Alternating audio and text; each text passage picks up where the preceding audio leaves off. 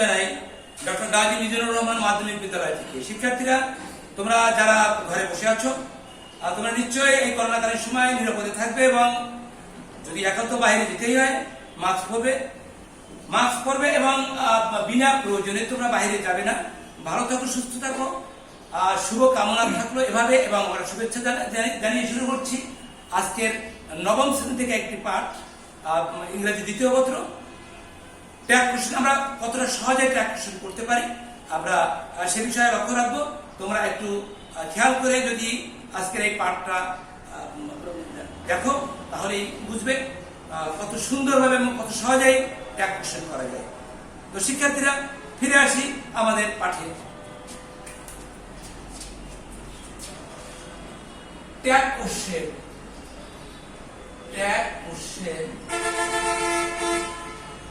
প্রথমে বলতে হয় ট্যাগ কোশ্চেন কি। ট্যাগ কোশ্চেন কখন আমাদের সেন্টেন্সে প্রয়োজন হয়?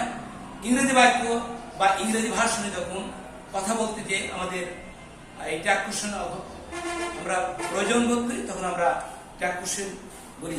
তুমি ভাত খেয়েছো কি? আমি ভাত খেয়েছি। তুমি খেয়েছো কি? তোমরা স্কুলে যাও কি? তো তোমরা স্কুলে যাও কি নিশ্চিত করার জন্য আমরা ওই বক্তব্যের মাথায় একটু কোশ্চেন ছুড়ে দেওয়ার কোশ্চেনটাই হচ্ছে ট্যাগ। মূলত ট্যাগ কোনো প্রশ্ন নয়, বক্তার বক্তব্যকে নিশ্চিত করার জন্য বাক্যের শেষে যখন একটু কোশ্চেন জুড়ে দেওয়া হয়, প্রশ্ন জুড়ে দেওয়া হয়, ওই প্রশ্নটাই হল ট্যাগ। শিক্ষার্থীরা, ট্যাগ কোশ্চেন সহজেই পারতে হলে প্রথমে তোমাকে প্রোনাউন সম্পর্কে পুরোপুরি অভিজ্ঞতা থাকতে হবে। দ্বিতীয় পর্যায়ে রয়েছে একটি সেন্টেন্সে অক্সিলারি ভার্বগুলো, প্রোনাউন এবং অক্সিলারি ভার্ব সম্পর্কে পরিপূর্ণ আইডিয়া থাকলেই তুমি ট্যাগ কোশ্চেনে যথেষ্ট ভালো করবে। তবে এক্ষেত্রে প্রোনাউনের দিকে দৃষ্টি রাখো। তো প্রোনাউনে আমরা যখন চারিদিকে লক্ষ্য করি তখন আমাদের চোখে অসংখ্য ব্যক্তি, বস্তু অথবা চিন্তাশীল কোনো নাম, অথবা আমরা ডানে বা উপরে নিচে যেখানেই তাকাই দেখবো নামের সমাহার, প্রচুর সব জিনিসের কোনো না কোনো নাম রয়েছে। আর সেই নামের জন্য আমরা যে শব্দটা ওর পরিবর্তে যে শব্দটা ব্যবহার করি, নামের পরিবর্তে যে শব্দটা ব্যবহার করি, সেই শব্দটাই হলো প্রোনাউন। তোমরা জেনেছ প্রোনাউন অনেক রকম হয়, প্রোনাউন 8 প্রকার। আমরা ওদিকে যাব না। আজকে আমাদের সহজ পদ্ধতিতে কিভাবে আমি প্রোনাউনের তোমাদের ধারণাটা দেবো, প্রোনাউনের ধারণার পরেই অক্সিলারি ভার্বের ধারণা দেব, তারপরে আমরা ট্যাগ কোশ্চেনের মূল পর্বে ফিরে আসবো। শিক্ষার্থীরা, তাহলে দেখো আমরা প্রোনাউনটাকে আগে একটু বিশ্লেষণ করি। প্রোনাউনটা এখানে কয়েকটা পর্বে আমরা প্রোনাউনটা সাজাই, নাউনকে গ্রহণ করি। তো নাউনটা রয়েছে এখানে, যে নাউনগুলো এখানে থাকবে নাউন, ওই নাউনের প্রোনাউনটা আমি আর কিভাবে আনবো সেটা একটু খেয়াল করবে। যদি কোনো ব্যক্তি আমরা দেখে এখানে উল্লেখ করি ব্যক্তি, তাহলে এখানে আমরা কিন্তু হি কিংবা সি নিয়ে আসি। যেমন রহিম, তার পরিবর্তে আমরা হি আনি, এবং রহিমা তার পরিবর্তে কিন্তু আমরা সি নিয়ে আসি, অর্থাৎ প্রোনাউন হিসাবে হি সি ব্যবহার করি। এভাবে আমাদের এই জগতে ব্যক্তি রয়েছে, বস্তু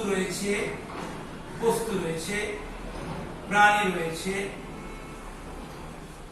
তারপরে এই প্রাণীর পর্যায়ে একটা ব্যাপার লক্ষ্য করতে হবে, ব্যক্তি মানুষের তো প্রাণ রয়েছে, তবে এক্ষেত্রে মানুষ বুদ্ধিমত্তা অর্থাৎ বুদ্ধিদীপ্ত প্রাণী, যে কারণে মানুষ অন্যান্য প্রাণী থেকে আলাদা, তার রয়েছে আলাদা মানবিক অস্তিত্ব, যার কারণে অন্যান্য অর্থাৎ প্রাণী থেকে মানুষ একটু ভিন্ন, তাই মানুষকে মানুষ হিসেবে প্রোনাউন সাজানো হয়েছে হি এবং সি। তো লক্ষ্য রাখো, এরপর রয়েছে বস্তু, প্রাণী, আর রয়েছে উপাদান। উপাদান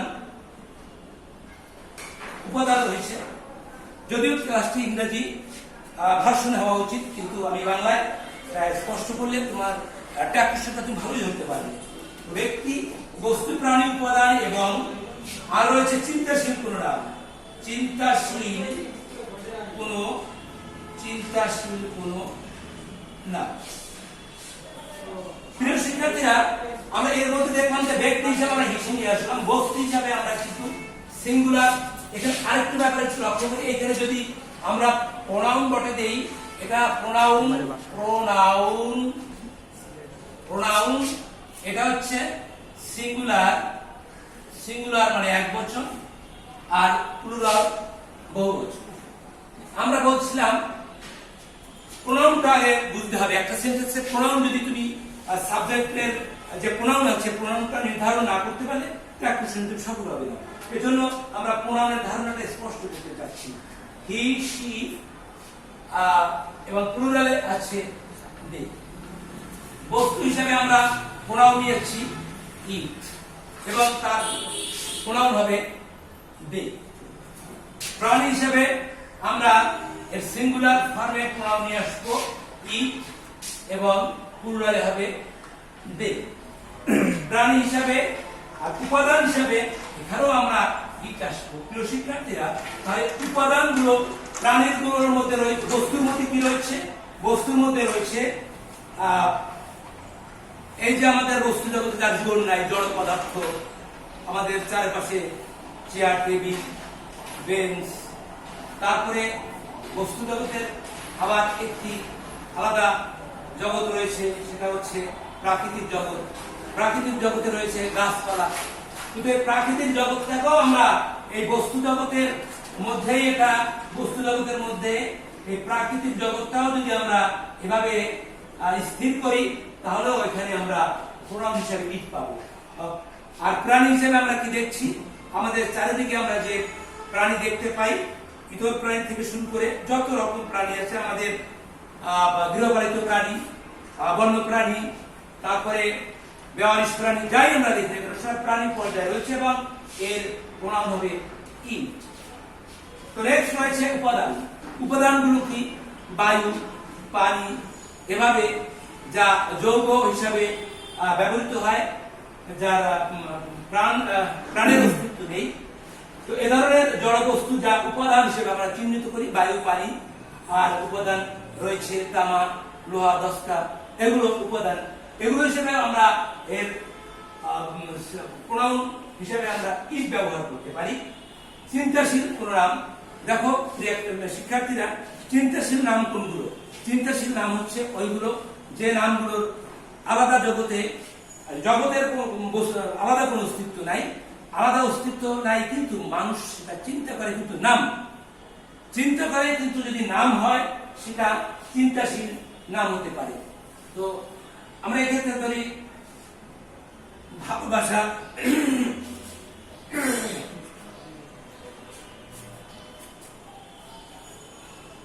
মায়া, মমতা, স্নেহ, প্রেম, প্রীতি, ভালোবাসা, এগুলো কিন্তু চিন্তাশীল নাম।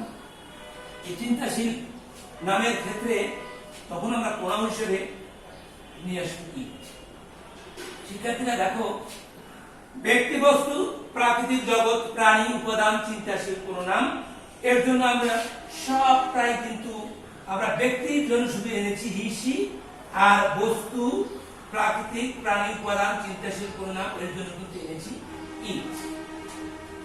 আর মজার ব্যাপার হলো, এই নাউন যে রকমেরই হোক না কেন, উহা যদি প্লুরাল হয়, সব ক্ষেত্রে আমরা দে ব্যবহার করতে পারি। দে ব্যবহার, এবং এটাই রীতিসিদ্ধ। প্রোনাউন যদি হয়, যাই থাকুক না কেন, তা দে হবে, অর্থাৎ প্রোনাউন দে হিসেবে ব্যবহার হবে। তাহলে বন্ধুরা, তোমরা তো পেলে যে প্রোনাউন হিসাবে আমরা যেটুকু দেখালাম, এটুকু তো আমাদের অবশ্যই বোঝা দরকার, তাহলে আমরা ট্যাগ কোশ্চেনটা কিন্তু সুন্দর করে করতে পারবো না। এবার আসো অক্সিলারি ভার্ব।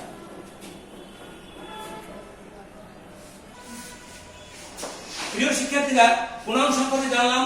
এবার আসো আমরা অক্সিলারি সম্পর্কে জানি, যাকে ট্যাগ কোশ্চেনের অপারেটর হিসেবে চিহ্নিত করা হয়েছে।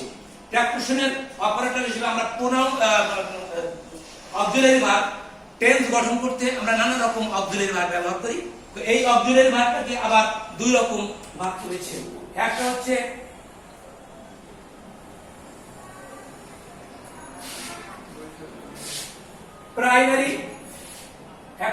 প্রাইমারি, এবং আরেকটা হচ্ছে অক্সিলারি ভার্ব, মডেল অক্সিলারি। একটা হচ্ছে প্রাইমারি অক্সিলারি, আর একটা হচ্ছে মডেল অক্সিলারি। দুই ধরনের অক্সিলারি ভার্ব আমরা ট্যাগ কোশ্চেনে ব্যবহার করি, যাকে অপারেটর হিসেবে চিহ্নিত করা হয়েছে। তো primary auxiliary am, is, are, was, were, have, has, had, shall, will, do, does। Primary auxiliary হিসেবে যা মডেলের প্রাইমারি অক্সিলারি হিসেবে যা ট্যাগ কোশ্চেনের আমরা অপারেটর হিসেবে ব্যবহার করি, তার প্রাইমারি অক্সিলারি হচ্ছে। আর মডেল অক্সিলারি ভার্বগুলো হচ্ছে can, could, may, might, should, would, must, dare, need, ইত্যাদি। তো প্রাইমারি হিসেবে দেখছি আমি, যার, was, have, has, had, shall, will, do, does. এবং মডেল অক্সিলারি হিসেবে আমরা এনেছি can, could, may, might, should, would, must, dare, need, etcetera. সবগুলোকে একত্রে অপারেটর বলা হয়, একটা ট্যাগ কোশ্চেনের অপারেটর বলা হয়। তো এবার আমরা একটু ফিরে আসি। তোমাদের এই প্রাথমিক ধারণাটা হলো প্রোনাউন এবং অক্সিলারি। প্রোনাউন এবং অক্সিলারি ভার্ব সম্পর্কে ধারণা পেলেই আমরা ট্যাগ কোশ্চেনে এখন ফিরে আসতে পারি মূল পর্বে।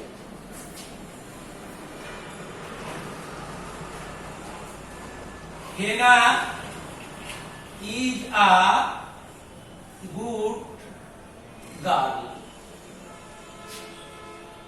যদিও হেনা ইজ এখানে লিঙ্কিং ভার্ব অর্থাৎ মূল ভার্ব হিসেবে রয়েছে, তারপরও এটাকে আমরা অপারেটর হিসেবে চিন্তা করব, যদিও এটাকে অক্সিলারি ভার্ব বলা হবে না, অন্তত এই সেন্টেন্সে।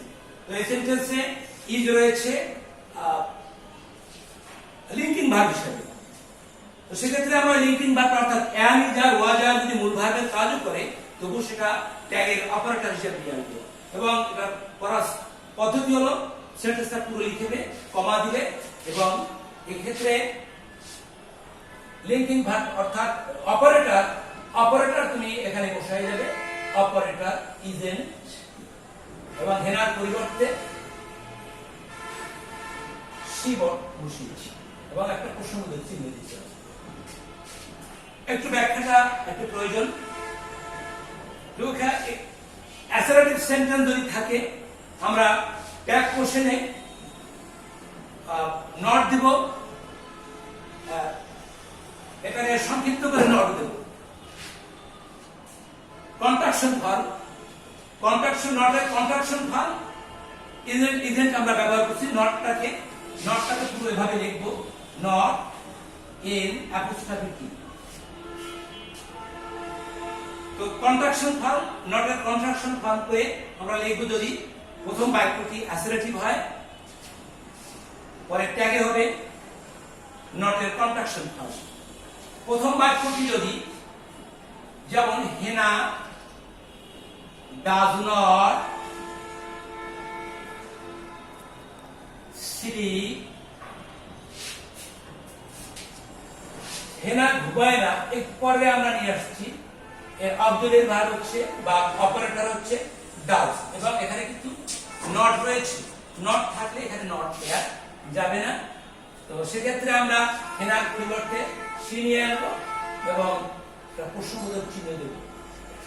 তাহলে এখানে আমরা ট্যাগ লিখলাম যে প্রথম বাক্যটি যদি অ্যাসারেটিভ হয় পরবর্তী তার ট্যাগে নটের কন্ট্রাকশন ভার্ব করতে হবে।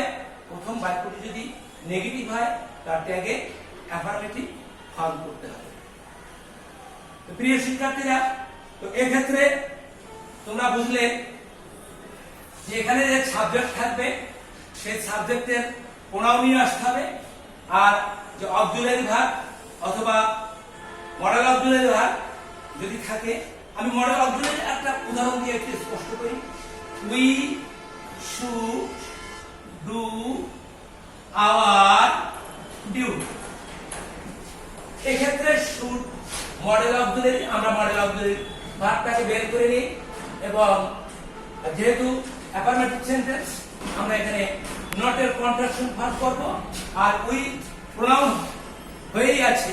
প্রোনাউন যদি থাকে এখানে প্রোনাউন দেওয়ার দরকার হবে না, প্রোনাউনটা আমরা সরাসরি এখানে লিখে দেই উই এবং নোট অফ ইন্টারোগেশন সুন্দর চিহ্ন আমরা দিয়ে দিই। তো এভাবে আমরা লক্ষ্য করব একটি সেন্টেন্সে সাবজেক্ট কোন অবস্থায় রয়েছে।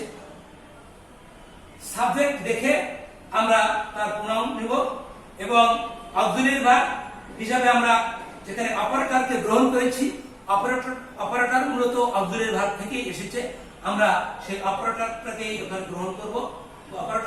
অপারেটর লিঙ্কিং ভার্ব হতে পারে, অর্থাৎ লিঙ্কিং ভার্ব বিশেষ করে am is are was are হতে পারে। সেজন্য আমরা ওই লিঙ্কিং ভার্ব হিসেবে am is are was are সেটাও নিয়ে আসতে পারি। লিঙ্কিং ভার্ব কিন্তু অন্যান্য রয়েছে, যেমন become, তারপরে লাইক, এগুলো কিন্তু লিঙ্কিং ভার্ব রয়েছে, কিন্তু আমরা সেদিকে যাব না। লিঙ্কিং ভার্ব হিসেবে am is are was are কটাই মাত্র রয়েছে, আমরা সে কটা এখানে দেখিয়েছি। তবে বিস্তারিত আমরা দ্বিতীয় পর্বে আলোচনা করবো, সেগুলো তোমরা অপেক্ষায় থাকবে। পরবর্তী ট্যাগ কোশ্চেনের বাকি অংশ যখন তোমাদের কাছে নিয়ে আসবো, তোমরা অপেক্ষায় থাকবে। সে পর্যন্ত stay at home, don't go out without wearing mask. সুস্থ থাকো, ভালো থাকো। এই করোনা মৌসুমে আমরা তোমাদের সকলের শুভকামনা